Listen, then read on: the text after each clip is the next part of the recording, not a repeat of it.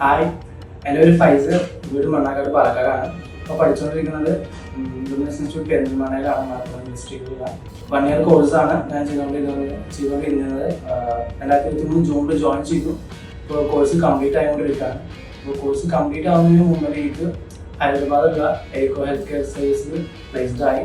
എക്സാമിന് മുമ്പ് തന്നെ എന്തായി പ്ലേസ്ഡ് ആയി കഴിഞ്ഞിട്ടുണ്ട്. നിങ്ങൾ +2 കഴിഞ്ഞിരിക്കുന്ന ഒരു സ്റ്റുഡൻ്റ് ആണ്, സ്ട്രഗിൾ ചെയ്യുന്നുണ്ടെന്നുണ്ടെങ്കിൽ നിങ്ങൾക്ക് ജോബ് വേണമെങ്കിൽ നിങ്ങൾക്ക് ഹാർഡ് വർക്ക് ചെയ്യാൻ പറ്റും എന്നുണ്ടെങ്കിൽ ഏറ്റവും നല്ലൊരു ഓപ്പർച്യൂണിറ്റിയാണ് മെഡിക്കൽ സ്കൂളിംഗ്.